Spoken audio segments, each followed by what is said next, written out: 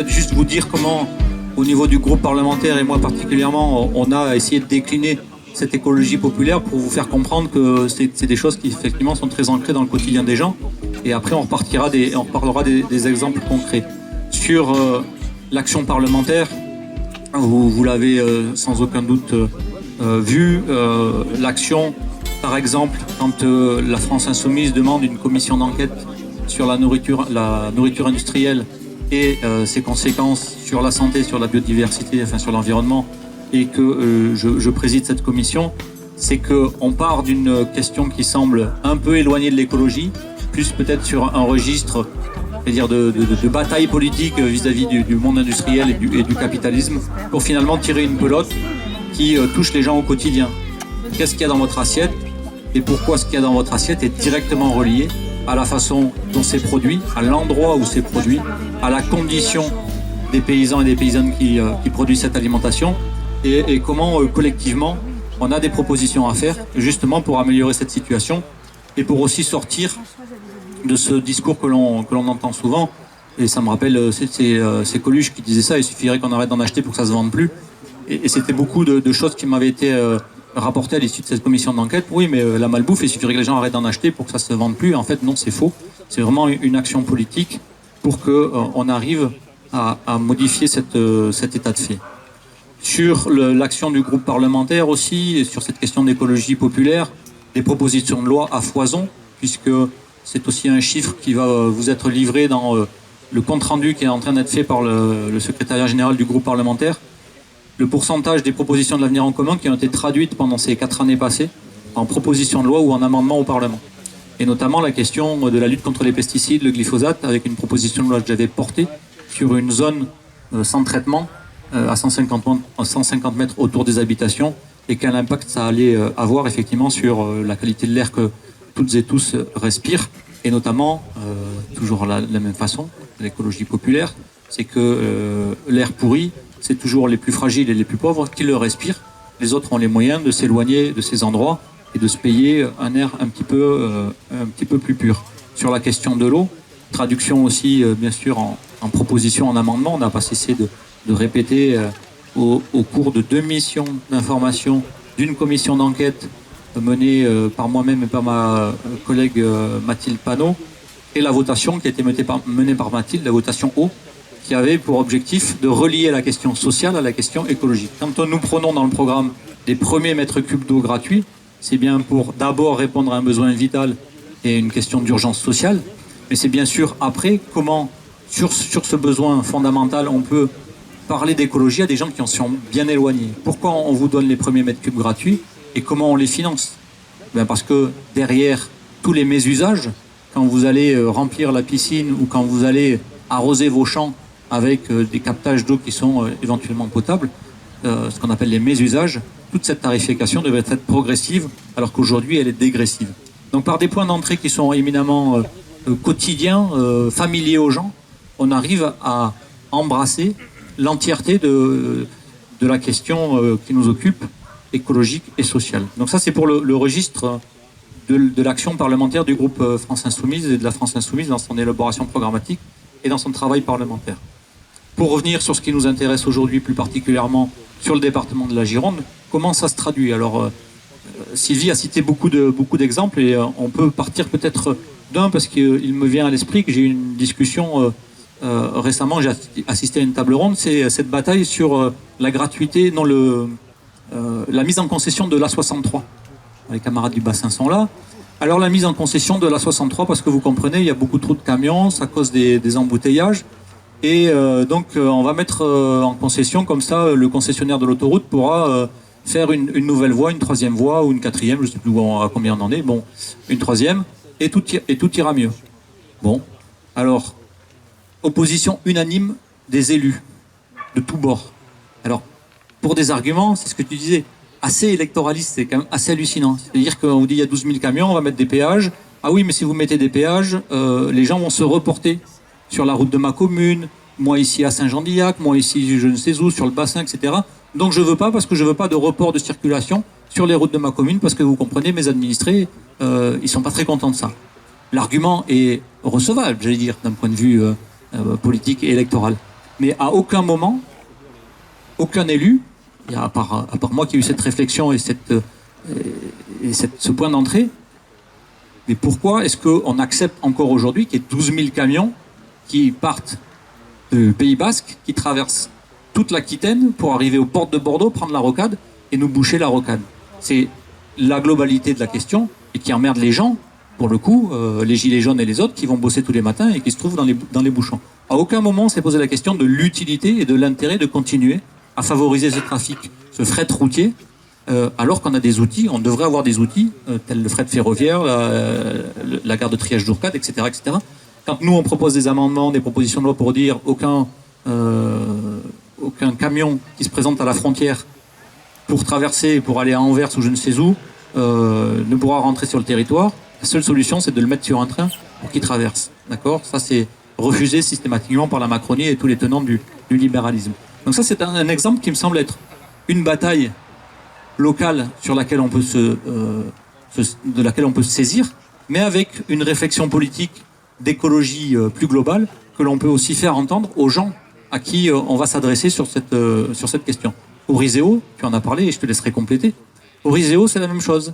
C'est le genre de projet que, comment tu le dis, qui s'appelle Uriot Jadot, il trouve ça génial. Parce que c'est du photovoltaïque, c'est des énergies renouvelables, etc. À aucun moment, on se demande pour quelle production on va mettre 1000 hectares de panneaux photovoltaïques à Socats. Ben, la réponse, elle est dans le projet. Pour faire sur le marché de gré à gré, vendre de l'électricité sur un marché de gré à gré, donc ce n'est pas de tarif régulé, pour des usages industriels nouveaux.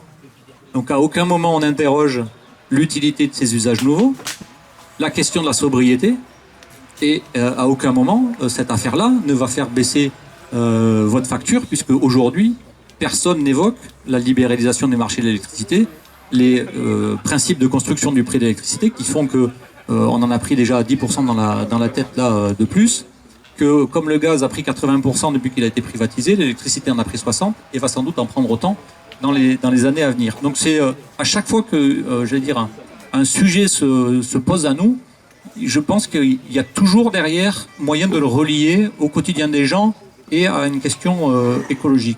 Alors c'est la même chose sur Bassins, c'est la même chose sur Alibaba et enfin les plateformes que tu as évoquées.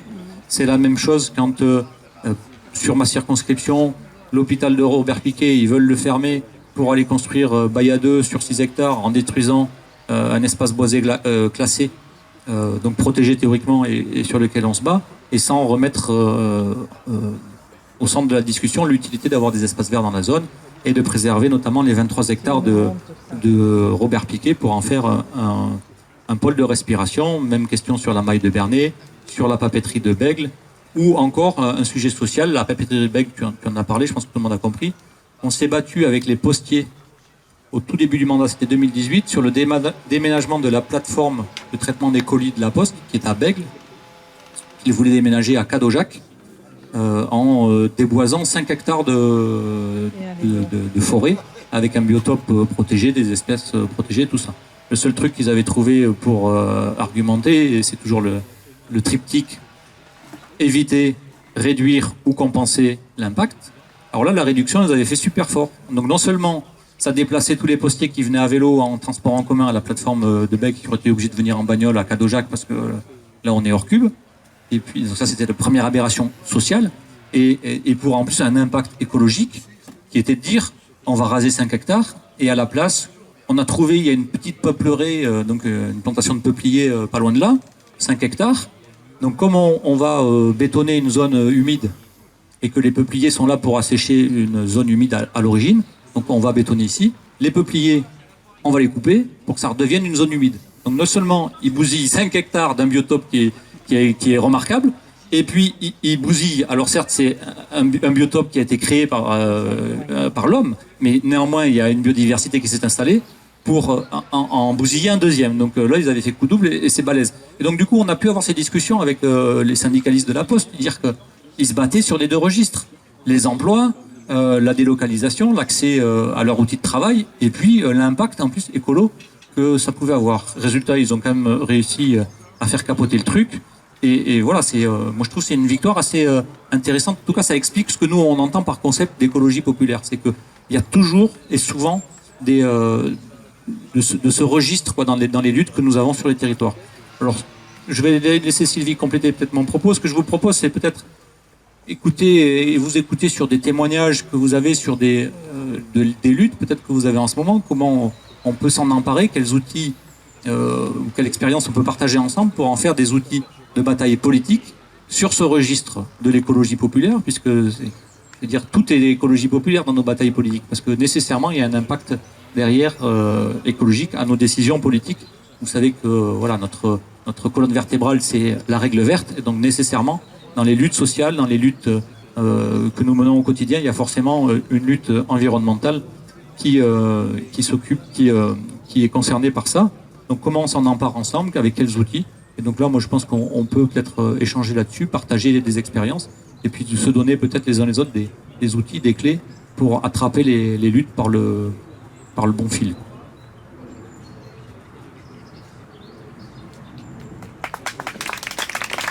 Est-ce qu'il y a des questions sur déjà les deux premières interventions et après on échange sur... Moi, c'est juste une question sur la papeterie de Bègle, alors du coup, il se passe quoi? Oui, papeterie de Bègle. Alors effectivement, grosse bataille. Alors ça c'est pareil, c'est une bataille politique, d'écologie politique. J'étais aux réunions préfecture quand le groupe ETEX a dit bon on va vendre, vous avez jusqu'au mois de juillet pour trouver un repreneur. Et au-delà, point de salut et donc pas de repreneur parce qu'ils font toujours en sorte qu'il n'y ait pas de repreneur. Et que de toute façon, eux, ils voulaient vendre le foncier et que ça leur coûtait rien. Une grosse bataille politique pour dire au maire de Bègle,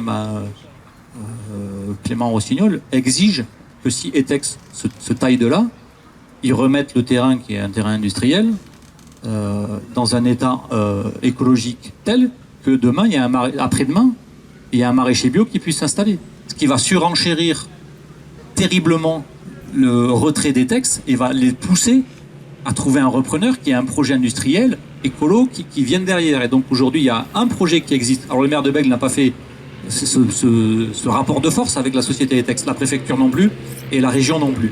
Néanmoins, il y a un collectif qui s'est monté, une association pour la sauvegarde de la papeterie de Bègle, avec un projet de l'économie sociale et solidaire sous forme de SCOP ou de SKIC. Une SCOP, donc société coopérative de production, à l'image de ce qu'ont fait nos amis de la SCOPTI 1336 qui ont repris l'été l'éléphant à Gémenos, pour proposer un projet d'utilisation des papiers recyclés de la métropole pour en faire des produits voilà, en circuit court. Donc ça, c'est typiquement aussi la jonction entre le social et l'écologie. Donc voilà sur un exemple de choses. Et comment on peut intervenir politiquement, c'est ça, quoi.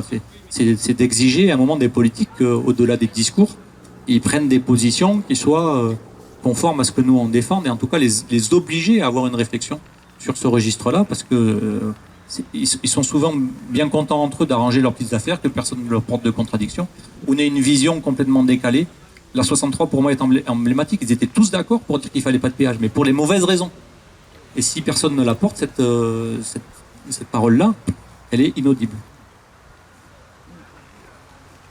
Puisque c'est cohérent avec ce que je voulais dire sur Oriseo, c'est donc un débat public, parce que chaque fois qu'un projet coûte plus de 300 000 euros, je crois, donc ça peut déclencher une action de la Commission nationale du débat public. Donc là, il y a une commission particulière du débat public qui se donne beaucoup de moyens pour fonctionner beaucoup. Alors, un débat public, ça finit par une conclusion, et même si la conclusion est intéressante selon notre optique, eh bien, on a vu, par exemple, pour la LGV, c'est tout à fait possible qu'après, les pouvoirs publics s'assoient sur les conclusions.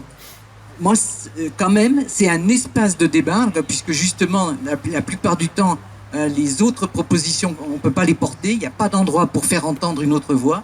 Et là, il y a une voix qui n'est pas du tout portée, moi je peux en témoigner dans les débats, les séances que j'ai actuelles, sauf à quelques exceptions près, c'est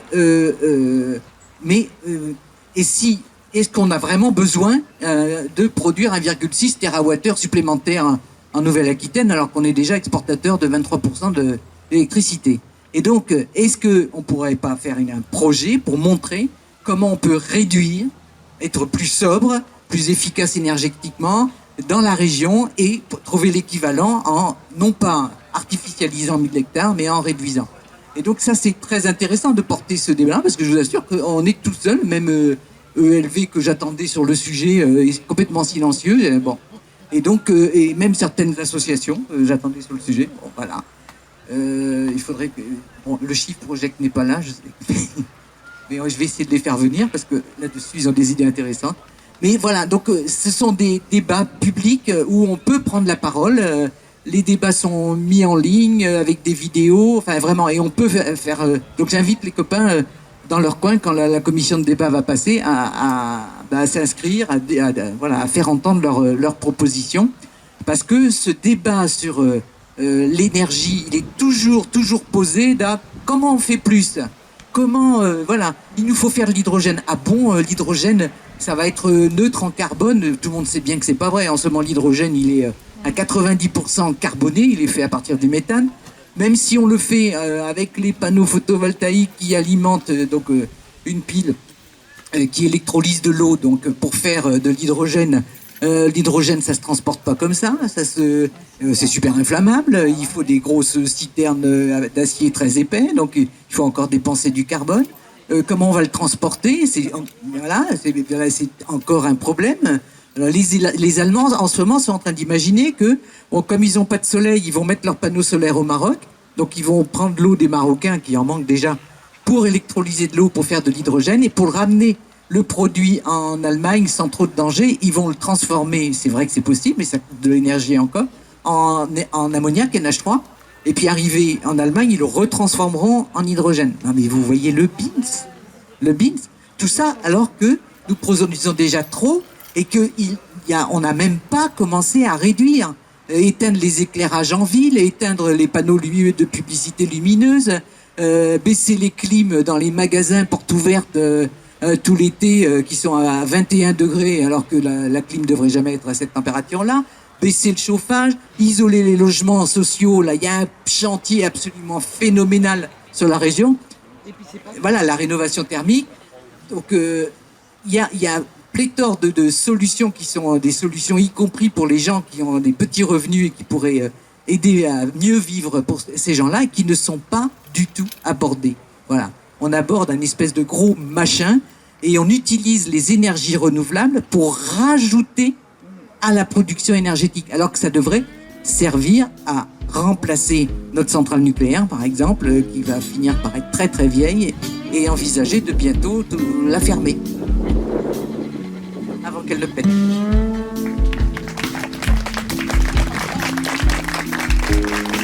Du coup, est-ce qu'il y a des exemples, des questions sur le territoire